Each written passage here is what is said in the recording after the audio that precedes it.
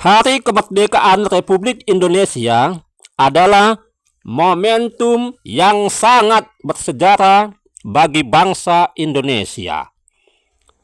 Indonesia merdeka pada tanggal 17 Agustus 1945. Sejak saat itulah Indonesia bebas dari belenggu penjajahan. Selama hidup dijajah, bangsa Indonesia sangat menderita lahir dan batin. Ada 5 negara yang pernah menjajah bangsa Indonesia, yaitu bangsa Portugis, Spanyol, Belanda, Inggris, dan Jepang. Negara yang terlama menjajah bangsa Indonesia adalah bangsa Belanda. 350 tahun atau 3,5 abad lamanya kita dijajah oleh bangsa Belanda. Selama dijajah oleh bangsa Belanda, rakyat Indonesia tidak pernah bahagia. Yang ada hanyalah penderitaan dan kesengsaraan. Rakyat tidak mempunyai kebebasan, tidak bisa berpikiran maju untuk memajukan bangsa Indonesia. Penderitaan rakyat akibat penjajahan Belanda ada di mana-mana di setiap daerah di Indonesia. Rakyat ditindas, dipaksa kerja keras untuk kepentingan penjajah Belanda, memperlakukan tindakan yang tidak wajar, melakukan tindakan sewenang-wenang. Bangsa Belanda pertama kali datang ke Indonesia pada tahun 1596 di Banten di bawah pimpinan Cornelis de Houtman. Pada tahun 1602 penjajah Belanda mendirikan VOC, Vereniging the Oost-Indisch Company, atau perdagangan penjajahan Belanda. Tujuan Belanda katanya hanya berdagang, yaitu membeli rempah-rempah kepada bangsa Indonesia. Tetapi itu adalah hal yang salah. Tujuan utama bangsa Belanda itu adalah untuk menguasai wilayah Indonesia dan menguasai rempah-rempah yang ada di Indonesia, terutama di Indonesia wilayah bagian timur. Niat berdagang hanyalah omong kosong, Penjajah Belanda itu licik, datang ke Indonesia tujuannya hanya untuk menguasai Indonesia. Sejak bangsa Portugis dan Spanyol menguasai Indonesia bagian timur, Belanda melanjutkan kekuasaannya di Indonesia. Perlu diketahui, maksud kedatangan Belanda di Indonesia ini tidak terlepas dari semboyan imperialisme Eropa, yaitu gold atau kekayaan, glory, untuk mendapat kejayaan, dan gospel, hasrat untuk memberitakan Injil atau menyebarkan agama Nasrani. Kalau dilihat dari kacamata politik, semboyan 3G, yaitu gold, glory, gospel, di satu sisi ada baiknya juga, tapi dampak negatifnya sangat tinggi. Seperti gold dan glory, sama sekali tidak menguntungkan bangsa Indonesia yang dijajah, tapi mendatangkan dampak kehidupan negatif yang sangat buruk bagi kehidupan rakyat Indonesia di segala bidang kehidupan. Hanya gospel, semboyan imperialisme, yang berdampak positif jikalau tulus melaksanakannya, karena gospel itu misinya sangat baik dan mulia, yaitu memberitakan Injil atau menyebarkan agama Nasrani. Sejauh ini, hanya misi Portugis yang berhasil menyebarkan agama Nasrani di wilayah Indonesia bagian timur, yaitu di Kepulauan Maluku, yang dipimpin oleh Franciscus Xaverius. Dampak positif selalu menjadi kenangan yang indah bagi rakyat Indonesia, walaupun bangsa Portugis bisa menyebarkan Injil, tapi dampak negatifnya tinggi juga bagi bangsa Indonesia, terutama di Kepulauan Maluku, yaitu bangsa Portugis menguasai rempah-rempah yang ada di Kepulauan Maluku. Sedangkan penjajah Belanda masih tanggung-tanggung, masih ragu untuk menyebarkan Injil ke Nusantara. Malah mereka lebih dominan semboyan gold dan glory yang diberlakukan di Indonesia. Bahkan semboyan gospel hanya sekitar 2% dilakukan bangsa Belanda di Indonesia. Tidak seperti Portugis, ya, menyebarkan agama Nasrani mencapai 15%. Dari perbandingan itu, kita ketahui mana yang tulus, Portugis atau Belanda, ya, yang menyebarkan agama Nasrani. Ternyata negara yang paling tulus dan ikhlas memberitakan Injil di Nusantara adalah bangsa Jerman dengan misi RMG yang dipimpin oleh Iker Ludwig Nommensen. Ya, jadi Nommensen adalah tokoh penginjil yang paling sukses menyebarkan agama Nasrani di Tanah Batak, ya, di daerah Tapanuli, Provinsi Sumatera Utara. Seperti diketahui, kedatangan bangsa Belanda sangat dominan memperlakukan semboyan gold dan glory, sedangkan gospel sepertinya hanya paksaan dan tidak ada ketulusan hati mereka. Selama bangsa Belanda berkuasa di Indonesia, sedikit pun tidak ada kebahagiaan yang dialami oleh rakyat Indonesia. Perlakuan bangsa Belanda sangat kejam, ya, mereka menindas rakyat dengan sewenang-wenang. Secara de facto, penjajahan Belanda di Indonesia ini dibagi dua tahap, yaitu zaman VOC dan zaman pemerintah Hindia Belanda. Zaman VOC, ya, VOC atau Vereniging the Oost-Indische Company dibentuk pada tahun 1602, ya. Sejak dibentuknya VOC di Indonesia, diberlakukanlah monopoli perdagangan di Indonesia. Jadi, bangsa Belanda sangat berkuasa atas kekayaan alam di Indonesia. Hasil alam ini tentunya sangat menguntungkan bagi bangsa Belanda. Karena dengan tindakan sewenang-wenang bangsa Belanda menimbulkan kemarahan rakyat di Indonesia dan berusaha bangkit mengadakan perlawanan kepada bangsa Belanda.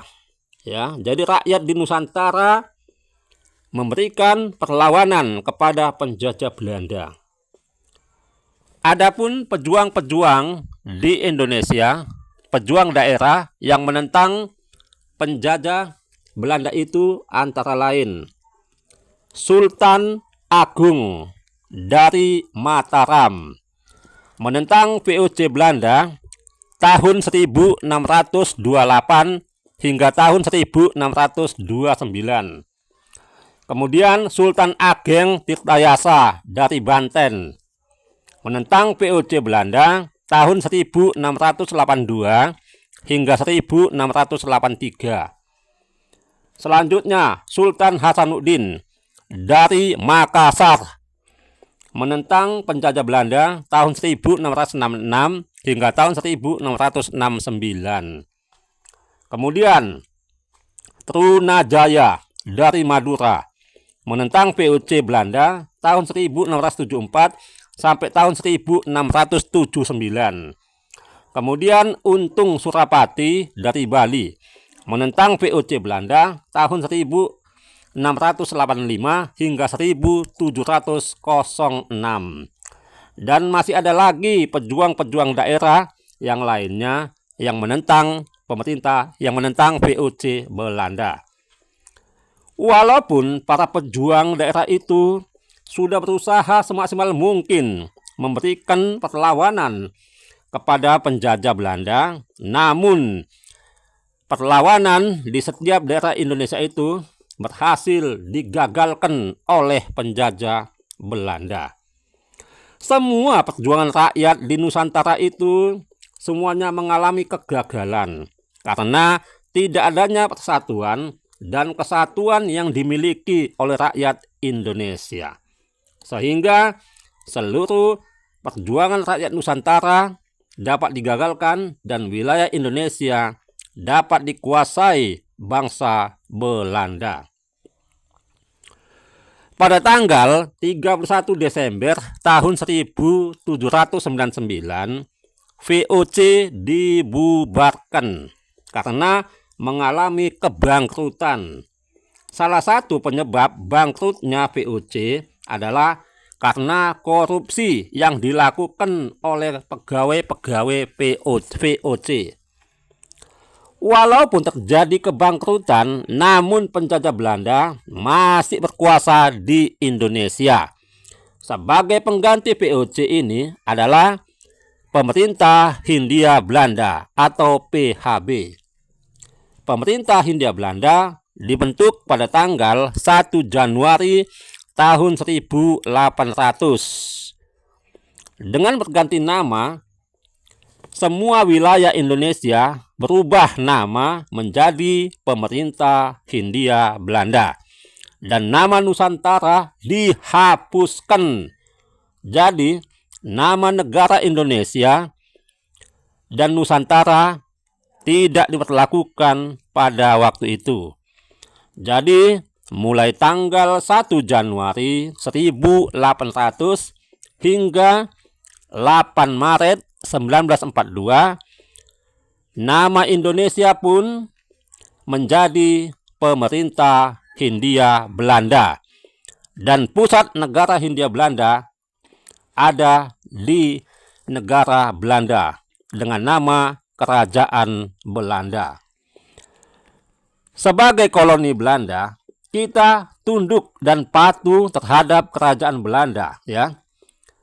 Di negara kita, nama Nusantara dan Indonesia tidak diberlakukan, walaupun pada waktu Sumpah Pemuda tahun 1928 melalui tokoh-tokoh pemuda telah dicetuskan nama Indonesia, tapi nama Indonesia itu tidak diizinkan menjadi sebuah negara. Ya, bangsa Belanda tidak mengizinkan nama Indonesia itu ada. Sungguh sangat menyedihkan pada waktu itu, ya. Sungguh tega Belanda kepada Indonesia. Ya, walaupun kita tidak bisa berbuat apa-apa, namun kita berjuang, ya, sekuat tenaga untuk melenyapkan penjajahan Belanda ini. Ya, jadi pejuang daerah kita berusaha ingin mengusir Belanda dari bumi Indonesia. Karena kekejaman yang dilakukan oleh pemerintah Hindia Belanda kepada rakyat Indonesia mengakibatkan munculnya perlawanan di setiap daerah Indonesia menentang pemerintah Hindia Belanda. Ya. Adapun pejuang di setiap daerah di Indonesia yang menentang pemerintah Hindia Belanda itu adalah sebagai berikut. Kapitan Patimura dari Maluku menentang pemerintah Hindia Belanda pada tahun 1817. Kemudian Pangeran Diponegoro dari Yogyakarta menentang pemerintah Hindia Belanda tahun 1825 hingga tahun 1830. Kemudian Tuanku Imam Bonjol dari Sumatera Barat menentang pemerintah Hindia Belanda tahun 1821 hingga tahun 1837. Kemudian Sultan Badruddin dari Palembang menentang pemerintah Hindia Belanda tahun 1819 hingga tahun 1825. Selanjutnya Raden Intan dari Lampung menentang penjajah Hindia Belanda tahun 1873. Kemudian Pangeran Antasari dan Pangeran Hidayat dari Banjarmasin, Kalimantan Selatan menentang pemerintah Hindia Belanda tahun 1854 hingga tahun 1863. Selanjutnya I Gusti Ketut Jelantik dari Bali menentang pemerintah Hindia Belanda tahun 1867. Kemudian Perang Aceh yang terjadi pada tahun 1873 hingga tahun 1904 yang dipimpin oleh pemimpinnya yang silih berganti, diantaranya Panglima Polim, Tengku Cik Ditiro, Teuku Umar, Cut Nyadin, dan Cut Mutiah. Kemudian Raden Imbah Kusuma dari Lombok, Nusa Tenggara Barat menentang pemerintah Hindia Belanda tahun 1894. Selanjutnya perlawanan Sisingamangaraja yang ke-12 dari Bakara, Tapanuli, Sumatera Utara menentang pemerintah Hindia Belanda tahun 1877 hingga tahun 1907.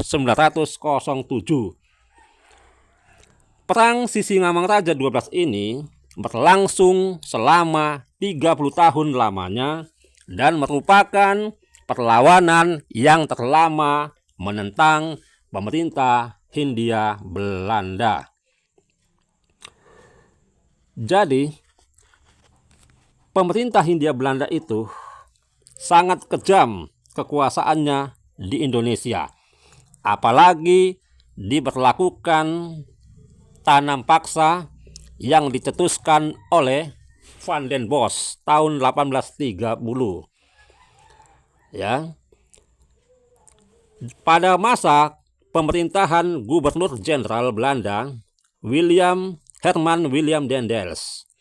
Jadi Daendels ini adalah pemimpin Belanda yang sangat kejam di Indonesia. Ya, beliau memperlakukan kerja rodi, kerja paksa tanpa diberi makan, diberi minum, dan bahkan tidak diupah. Hanya tenaga rakyat saja yang dibutuhkannya. Sehingga pada masa pemerintahannya banyak rakyat yang mati kelaparan. Jadi bukan hanya rakyat Indonesia saja yang tidak senang dengan pemerintahan Daendels. Bahkan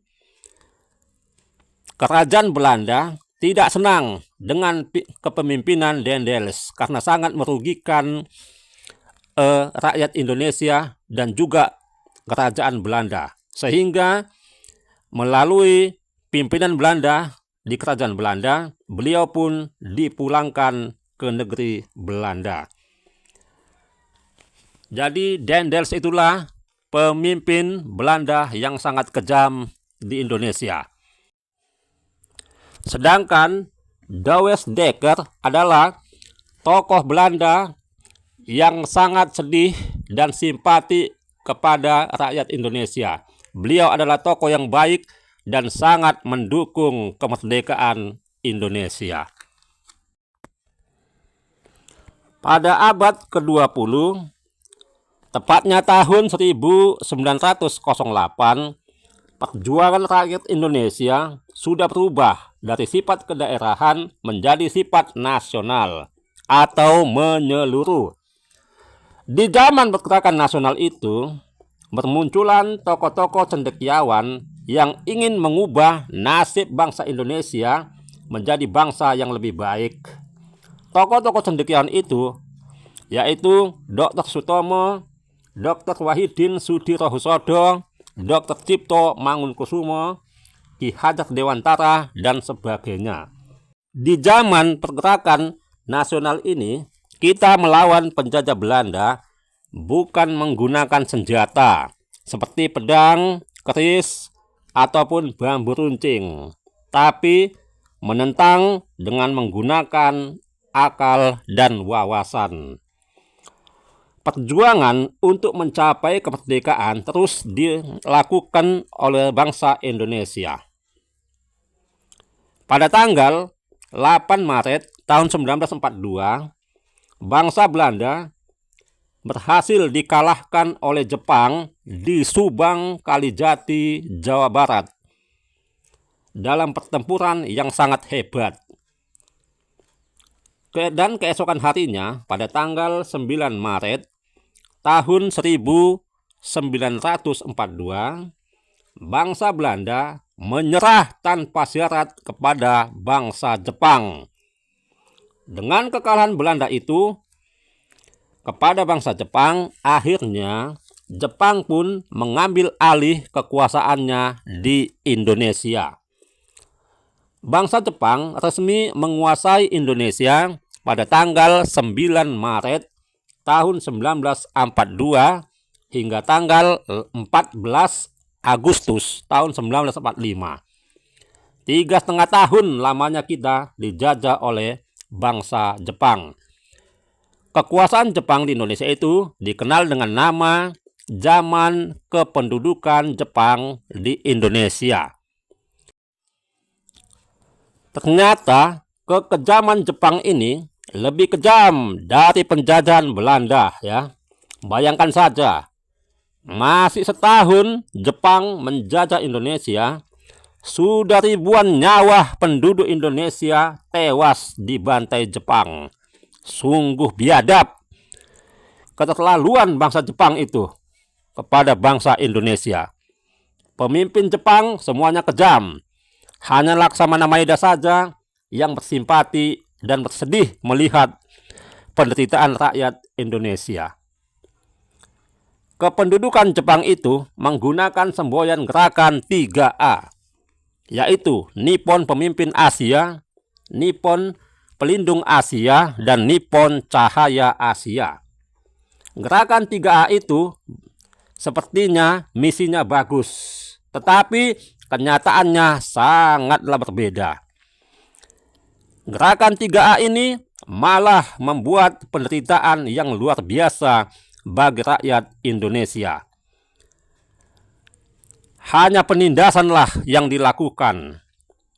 Tidak ada kepemimpinan yang baik, tidak bisa melindungi, bahkan menjadi cahaya. Tetapi hanya kehidupan kegelapanlah yang dilakukan Jepang di Indonesia. Jadi gerakan 3A ini hanyalah sebagai semboyan belaka, ya, itu tidak betul dilaksanakan.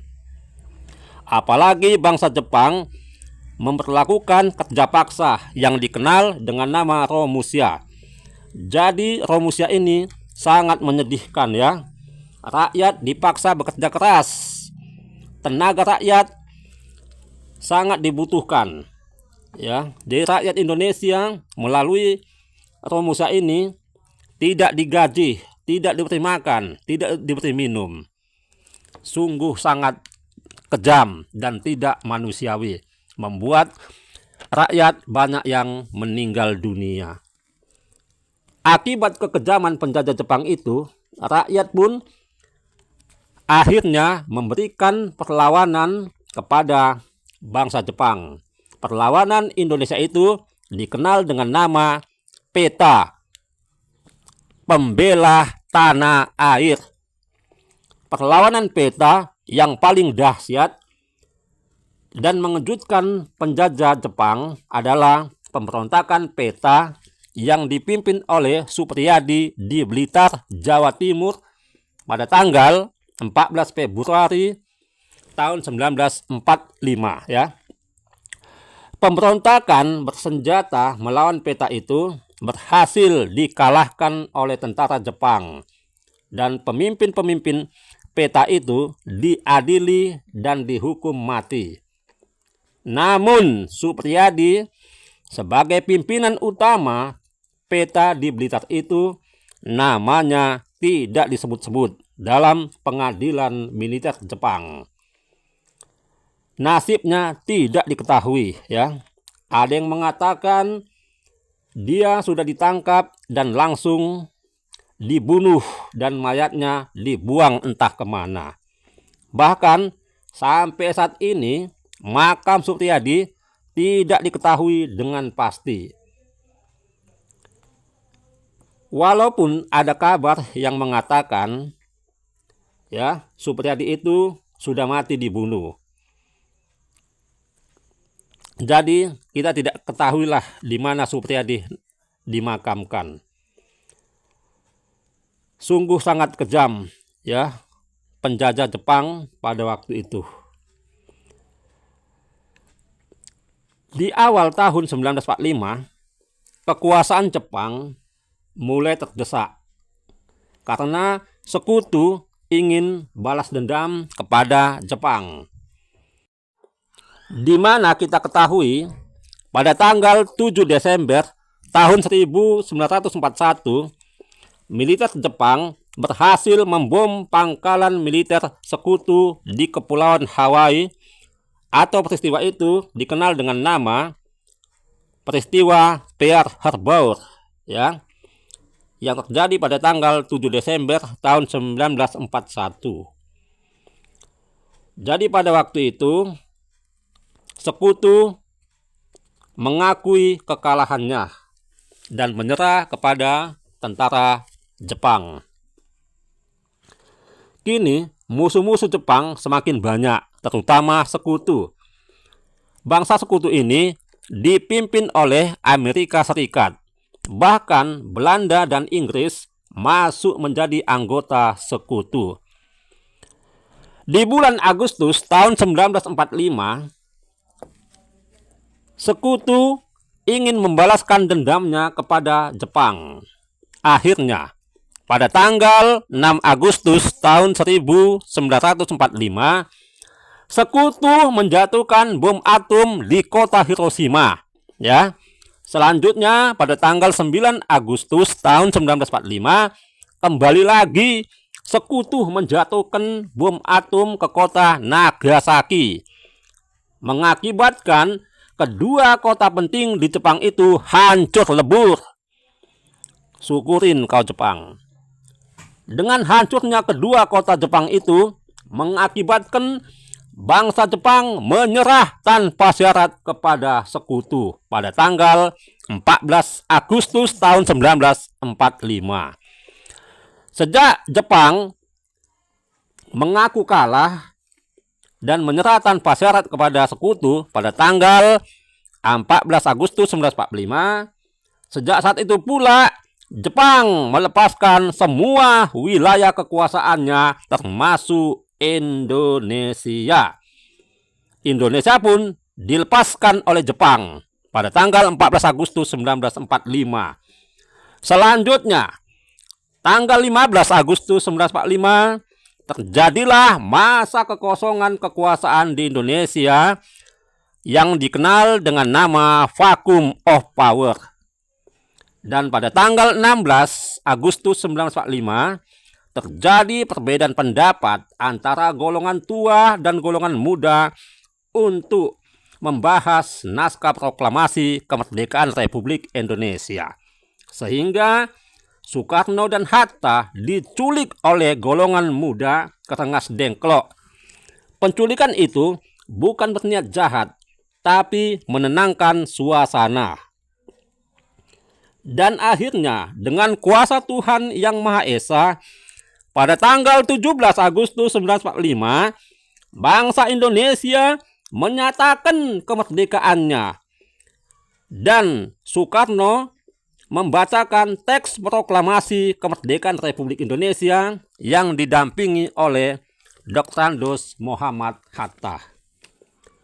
Kini Indonesia sudah merdeka.